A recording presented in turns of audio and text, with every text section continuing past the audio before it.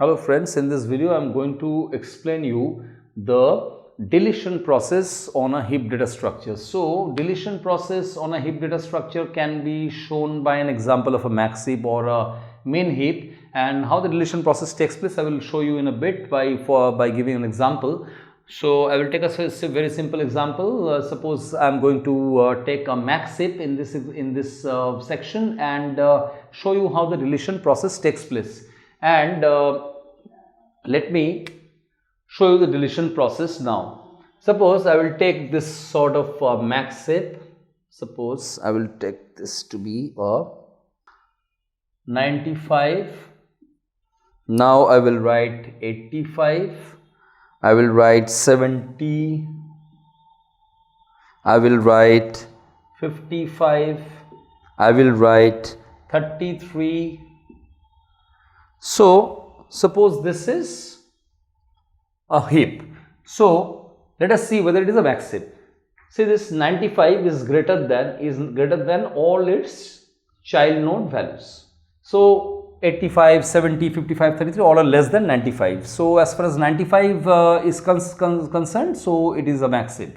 Let us examine this 85, because 85 has two child nodes in 55 and 33. 85 is greater than both of them. So as far as 85 is concerned, it is a max heap. 70, it has no children, so it can be considered to be a part of max heap, and the similar consideration goes with 55 and 33 as well. So this is a max heap. So if we try to perform the deletion operation on a max heap, how that deletion is performed, Deletion is a bit interesting than the insertion process, because deletion is considered to be a very special case, because deletion is not done for a particular node as we have done in the case of insertion. We'll just go on inserting one node and reheap the data structure, and in this case this deletion process is going to be taking place step by step in the manner I am going to show you now. So this, if we follow the deletion process in this heap, first of all we will see that the root node is to be deleted. The root node is to be deleted from the heap, and after that we will try to reheap the heap. So if we delete this 95 first, so we will delete this 95 first. So 95, when 95 is deleted, our work is, what we need to perform is nothing but the last filled position of the array, like this. If we draw this heap in the form of an array, 0, 1, 2, 3, 4. So this is 95, this is 85, this is top down left to right manner. I am just populating the array A. 85, 70, this is 55, this is 33. So these are the 5 values which have been taken or used to populate this array A in this manner. So if we delete this 95, what will happen? The last vacant, see, this is a vacant position, 5, 6 and so on, these are vacant positions.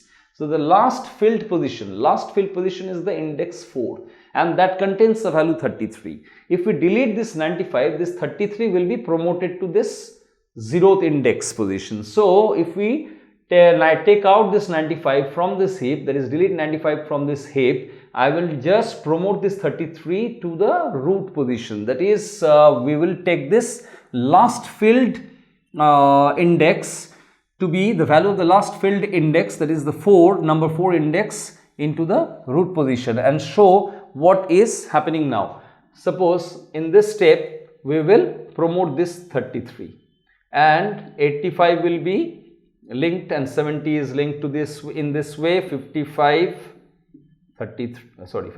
will not be there, because 33 has already been promoted to this root position, and 5 elements were there previously. Now after deletion of 95 is gone. We are writing this 95 over here, suppose, and the 95 is not in this figure. 33 goes to the position of 95. Suppose we see, and if we now examine that 33 is in the root node position, then we see 85, 70, 55 all are greater than 33. So this max heap has become a min heap. So that is not possible, because we are considering the example to be a max heap, and the and after the insertion, after the deletion process, this will automatically remain as a max heap. So it will not remain, it will not become a main heap in the process. So what we need to do is we need to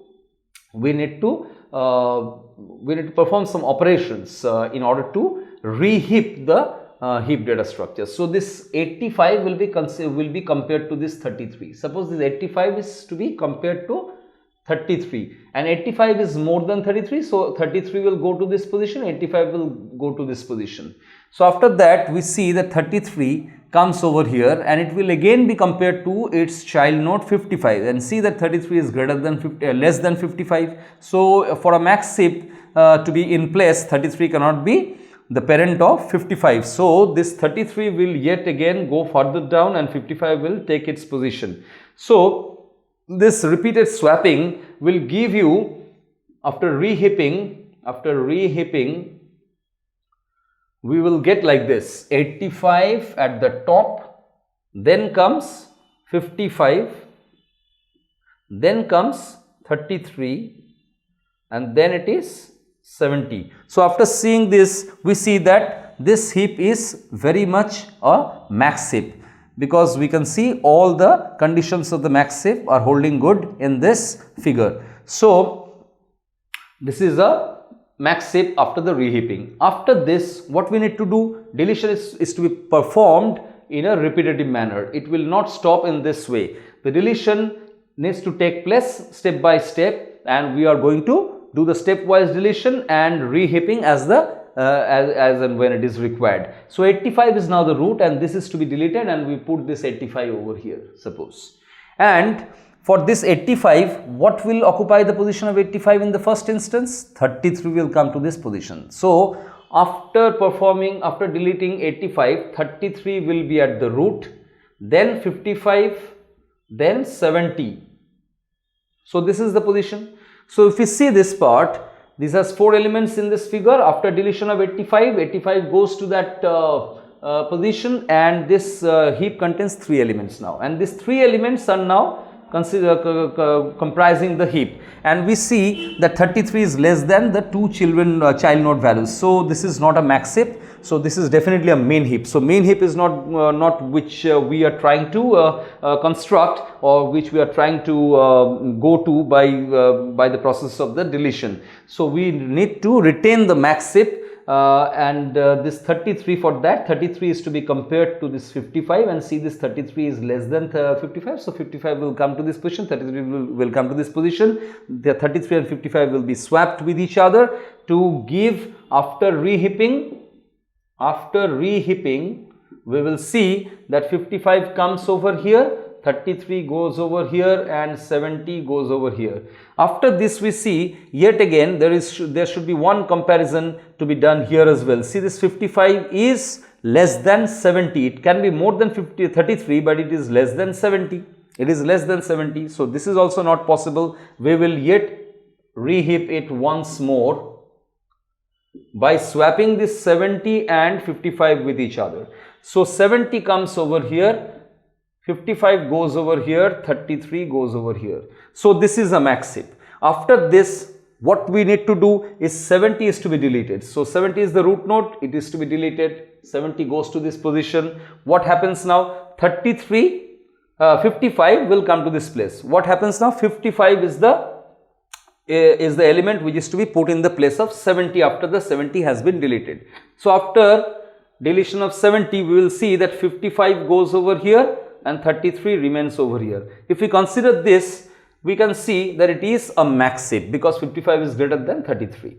So we need not reheap in this situation. After this, we need to delete this 55 because it is the root node value.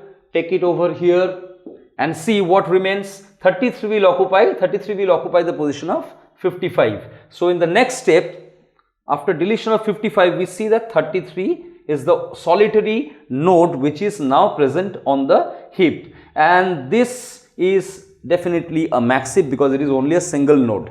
And now this 33 is the root node, it is to be deleted and put over here.